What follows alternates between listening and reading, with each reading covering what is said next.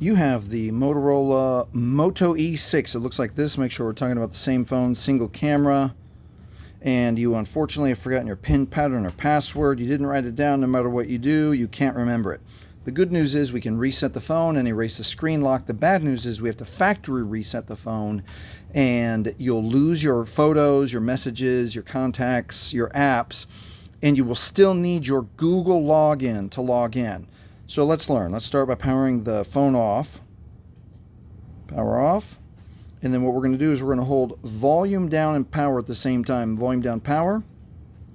And just after a few seconds, we're going to have a menu show up, the Android menu. There we go, flash mode. We are now going to use volume keys and look for recovery mode. Right there. Press OK with power. And after a few seconds, we'll see the fallen Android no command. At the fallen Android no command, we're now going to hold down power and quick touch volume up. Hold down power, quick touch volume up, brings up the Android recovery menu. At the Android recovery menu, now scroll down to wipe data factory reset. Before we push OK, here's the important message. If your phone is reset, you'll need to enter your Google account information, email address, and password associated with this phone to be able to use it again. So keep that in mind. Press OK.